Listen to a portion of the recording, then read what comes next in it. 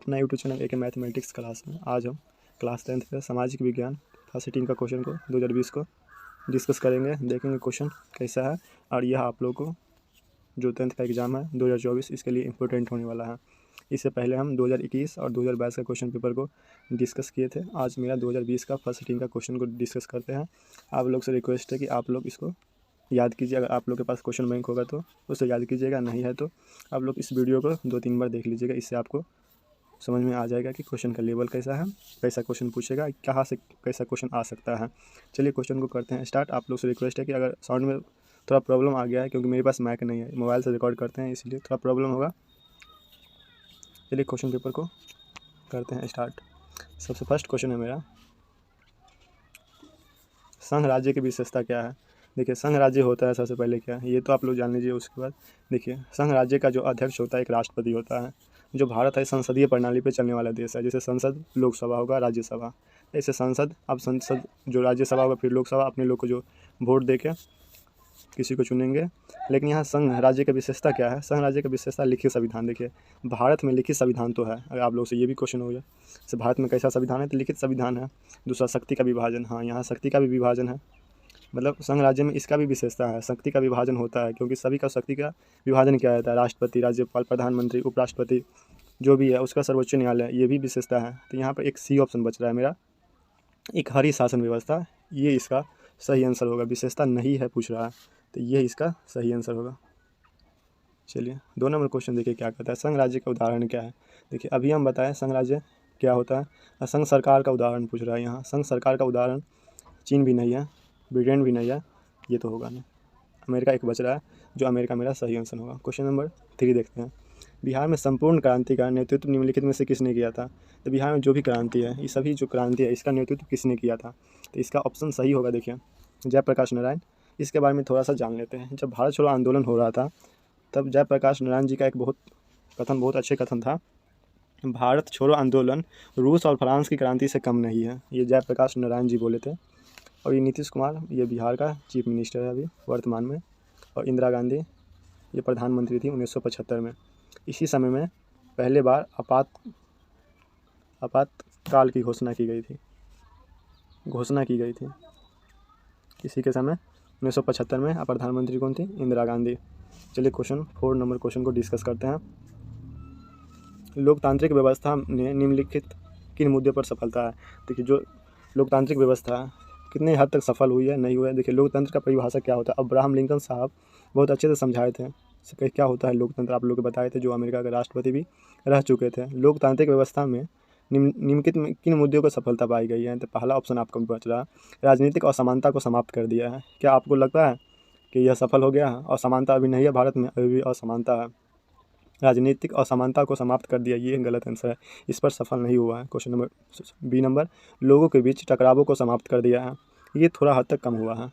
सी number क्या है, बहुमत समूह और अल्प समूह के साथ जैसा व्यवहार करना, जैसा अभी भी हो रहा है। जो बहुमत समूह है वहाँ पे, जो अल्प समूह मतलब जो कम, जिसका जनसंख्या कम है, अल्प समूह। बहुमत समूह मतलब क्या, जिसकी जनसंख्या ज़्यादा है, जैसे भारत में हिंदू की संख्या ज़्यादा है।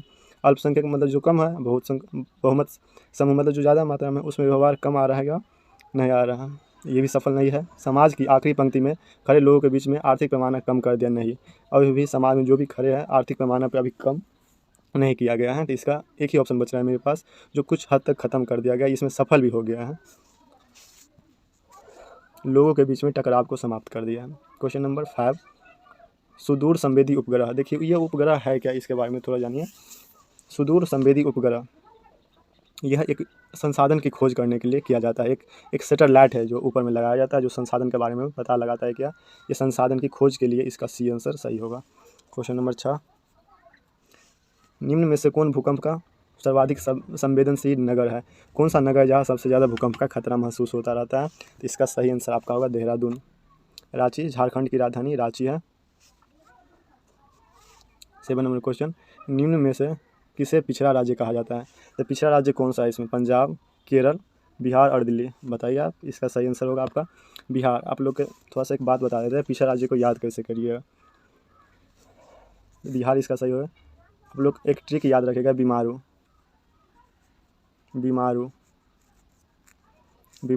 राज्य कौन सा पूछेगा। बी आई का मतलब हो जाएगा बिहार,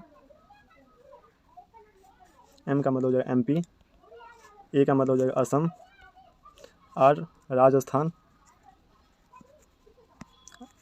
उससे क्या होगा यूपी। तो ये सब आप लोग कॉपी पर नोट डाउन कर लीजिएगा।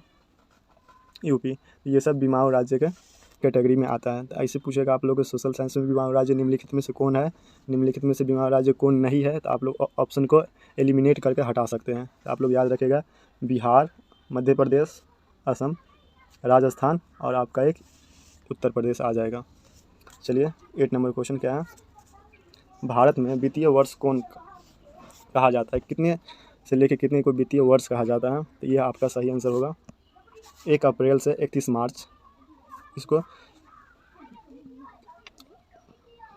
वित्तीय वर्ष कहा जाता है।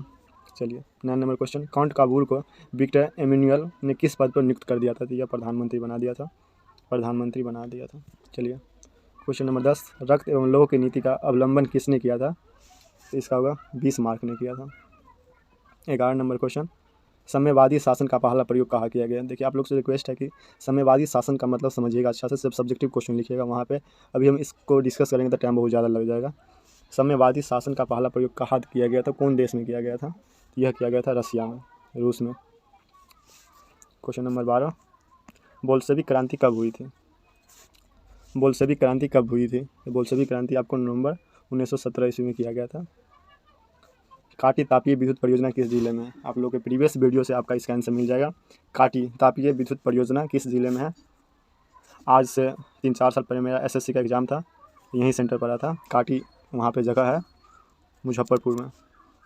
चलिए शायद 2018 या 2017 में मेरा सेंटर पड़ा था मुजफ्फरपुर में।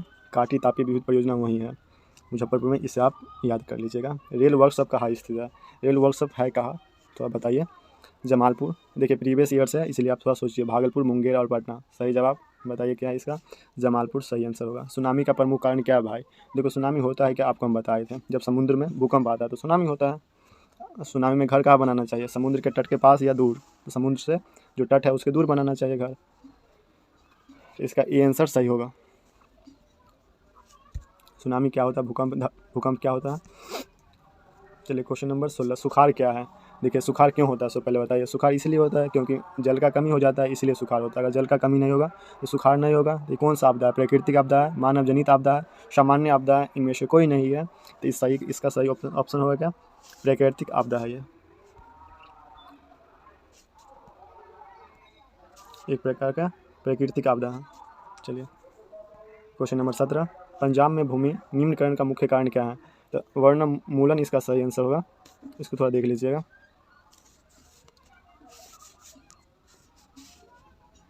चलिए मानव शरीर में जल की मात्रा कितनी होती है। तो मानव शरीर में जल की मात्रा कितनी होती है, 55%, 60%, 65% और 70%। इसका सही आंसर होगा 65%। निम्न जीवों में कौन केवल भारत में पाया जाता है। कौन सा जीव है जो भारत में पाया जाता है। तो आप लोग यहाँ से इसको बता सकते हैं, डॉल्फिन याद रखिएगा। यहाँ कछुआ है, एक होता है केचुआ, एक होता है कछुआ, इसमें डिफरेंट आप लोग कर लीजिएगा। मगरमच्छ भारत में पाए जाते हैं, केवल भारत में पाया जाता है डॉल्फिन। सीमेंट उद्योग का प्रमुख कच्चा माल क्या है। आपको सीमेंट उद्योग के लिए क्या क्या चीज़ का कच्चा माल का जरूरत पड़ेगा। इसके लिए चूना पत्थर का प्रमुख है, इसमें चूना पत्थर सही आंसर होगा। चलिए क्वेश्चन नंबर 21, लिली महायुद्ध के बाद यूरोप में कौन सी संस्था का उदय आर्थिक दुष्प्रभाव को समाप्त करने के लिए हुआ था। तो इसका आंसर सही होगा डी फॉर डॉग, यूरोपीय संघ। देखिए आप लोग को सार के बारे में जानना है, यह क्या है, तो हम डिस्क्रिप्शन में लिंक दे देंगे, इसके बारे में आप जान लीजिएगा, बहुत इंपॉर्टेंट है, इसके बारे में जान लीजिएगा थोड़ा। किसने कहा था मुद्रण ईश्वर की दी हुई महानतम देन है, सबसे बड़ा तोहफा है। ये किसने कहा था, तो बोला था मार्टिन लूथर ने। क्या बोला था, भारत में मतदाता होने के लिए न्यूनतम कितनी आयु होना चाहिए जो आप वोट दे सकते हैं, 18 साल। चलो क्वेश्चन नंबर 24, भारत में किस प्रकार की शासन प्रणाली है। देखिए इससे पहले ही हम डिस्कस किए थे इसको। भारत में किस प्रकार के शासन प्रणाली है, तो संसदीय प्रणाली है, संघीय और संसदीय प्रणाली है। भू संकलन क्या है, भूसंकलन क्या होता है? देखिए, भूसंकलन का मतलब होता है बहुत बड़ा बड़ा पर्वत होता है, वो पर्वत को टूटना, मिट्टी का होगा, मिट्टी का कटाव होना। बहुत बड़ा बड़ा पर्वत क्या होता है, टूट टूट के छोटे छोटे मात्रा में गिर जाता है। कभी नदी है तो उससे जो माटी है वो गिरना, ये सब होता है भूसंकलन। तो ये कौन सी आपदा है ये पूछ रहा है, तो ये सब प्राकृतिक आपदा है। महासागर तल के कंपन का क्या परिणाम है? तो महासागर में तल पर जो कंपन होगा इसका परिणाम क्या है? तो सुनामी। सुनामी सही आंसर है। पृथ्वी की सतह पर सर्वप्रथम पहुंचने वाला तरंग कौन सा है? कौन सा तरंग है जो अगर भूकंप आए तो कौन सा तरंग पृथ्वी के तल पे पहुंचेगा सबसे पहले, कौन सा पहुंचेगा? तो ये आपका पी तरंग होगा। क्वेश्चन नंबर 28, सुनामी का संबंध कहाँ से है? स्थल से है, समुद्र से है, आसमान से है, इनमें से कोई नहीं। तो इसका सही जवाब बताइए, समुद्र से होगा। क्वेश्चन नंबर 29, निम्न में से कौन सी एक बात लोकतांत्रिक व्यवस्था का अनुरूप नहीं है? एक बात बताना है जो अनुरूप नहीं है, बाकी सभी है। कानून के समक्ष समानता, ये तो है। स्वतंत्रता एवं निष्पक्ष चुनाव, ये भी है। उत्तरदायी शासन व्यवस्था, ये भी है। बहुसंख्यकों का शासन, ये नहीं है। लोकतंत्र की सफलता निर्भर करती है। लोकतंत्र कैसे जानेंगे कि सफलता किस पर डिपेंड करती है? नागरिकों को उदासीनता पर, नागरिकों की गैर कानूनी कार्रवाई पर, नागरिकों को विवेकपूर्ण सहभागिता पर, नागरिकों द्वारा अपनी जाति के हितों में रक्षा करने पर। किस पर डिपेंड करता है कि लोकतंत्र जो भारत का है वो सफल है? यह होगा नागरिकों की विवेकपूर्ण सहभागिता पर। क्वेश्चन नंबर 31, क्षेत्रवाद की भावना का एक कुपरिणाम क्या है? क्षेत्रवाद की भावना है क्या सा परिणाम? पहले जानिए क्षेत्रवाद होता है क्या, ये जानिए। देखिए, किसी देश के छोटे से क्षेत्र हैं, जो कोई भी देश समझ लीजिए, चीन, रसिया, भारत, किसी देश के छोटे से क्षेत्र है जहां आर्थिक सामाजिक कारण से अस्तित्व में अगर वो देश है तो उसको क्षेत्रवाद कहा जाता है। तो क्षेत्रवाद की भावना का कुपरिणाम क्या है, ये क्वेश्चन है। तो इसके लिए है राष्ट्रहित, ये नहीं, ये भी नहीं होगा, ये नहीं होगा, ये सब गलत है, ये इसका सही है। अलगाववाद। कोयला क्या है? और नवीकरणीय संसाधन या नवीकरणीय संसाधन, बताइए आप लोग। यह और नवीकरणीय संसाधन है।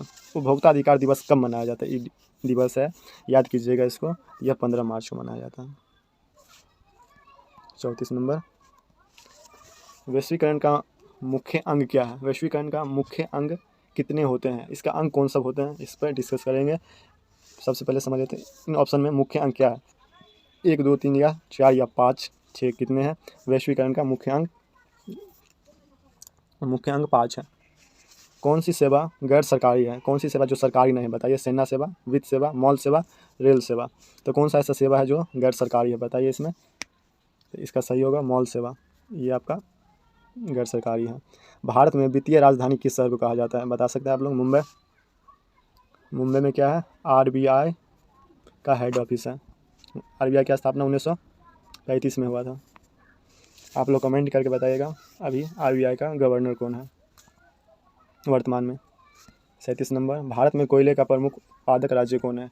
भारत में सबसे ज़्यादा, सबसे अच्छा कोयला कहाँ होता है? 100 प्रमुख उत्पादन राज्य कौन सा है? तो ये आपका प्यारा सा पड़ोसी राज्य है। चलिए बताइए पड़ोसी राज्य कौन होगा? पश्चिम बंगाल, झारखंड, उड़ीसा और छत्तीसगढ़। तो इसका सही आंसर होगा झारखंड। चलिए, बहुत प्यारा सा क्वेश्चन आ गया है, 38 नंबर क्वेश्चन, इसको डिस्कस करते हैं अच्छे से।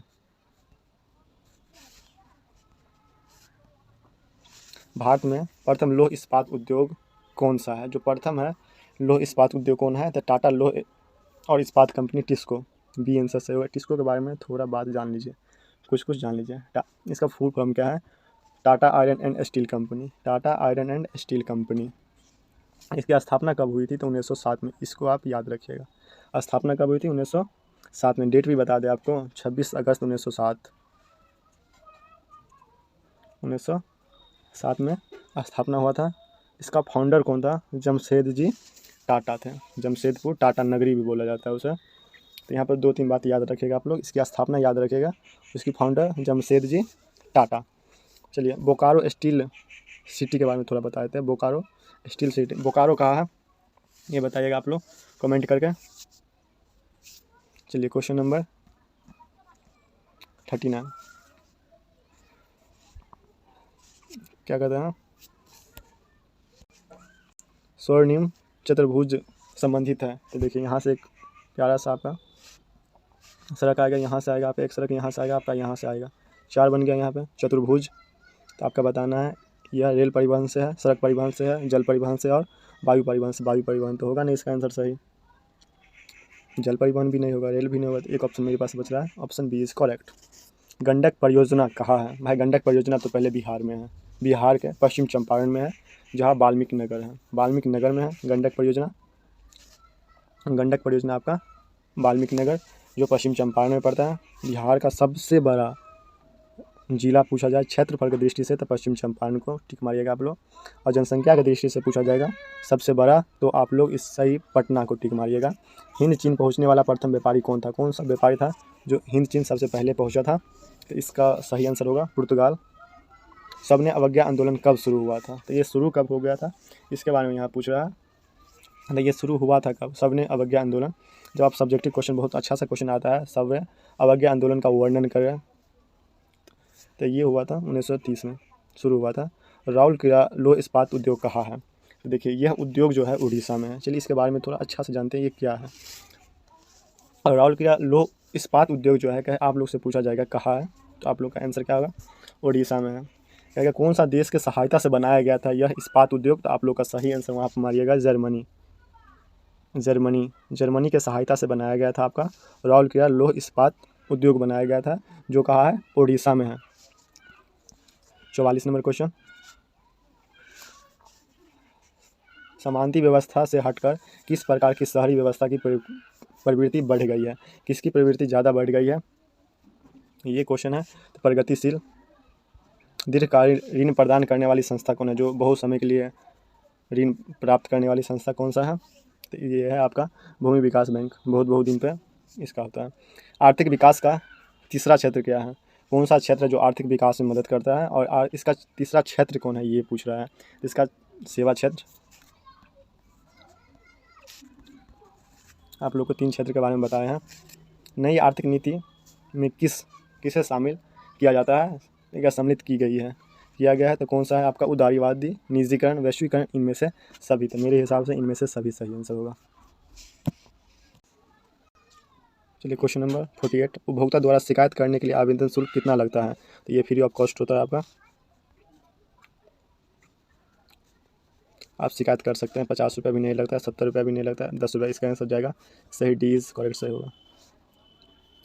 तो दोस्तों यह वीडियो आपको थोड़ा सा भी अगर अच्छा लगा होगा तो अपने फ्रेंड को शेयर करें और चैनल को सब्सक्राइब कर लीजिएगा, क्योंकि ऐसा ही वीडियो अब आने वाला है। अब 19 का 20 जो 19 है 18 17 का वीडियो आएगा। ऐसा ही करके 2011 तक हम डिस्कस करेंगे। इसके बीच में साइंस का जो क्वेश्चन बैंक में पूछा गया क्लास 10th का साइंस का ऑब्जेक्टिव चैप्टर वाइज, एक चैप्टर से प्रकाश का प्रवर्तन एवं अपवर्तन से जितने भी क्वेश्चन पूछे गए होंगे क्वेश्चन बैंक में, वो सभी चैप्टर वाइज हम करेंगे। उसको भी वो भी सीरीज़ हम स्टार्ट करें। तो आप लोग से रिक्वेस्ट है कि आप लोग चैनल को सब्सक्राइब कर लीजिएगा, क्योंकि वीडियो आप लोग को पता चल जाएगा अपलोड हो गया या नहीं हुआ है अपलोड। और अपना तैयारी को बेहतर बनाइए ऐसा ही, और थोड़ा याद भी कर लीजिए घर पे।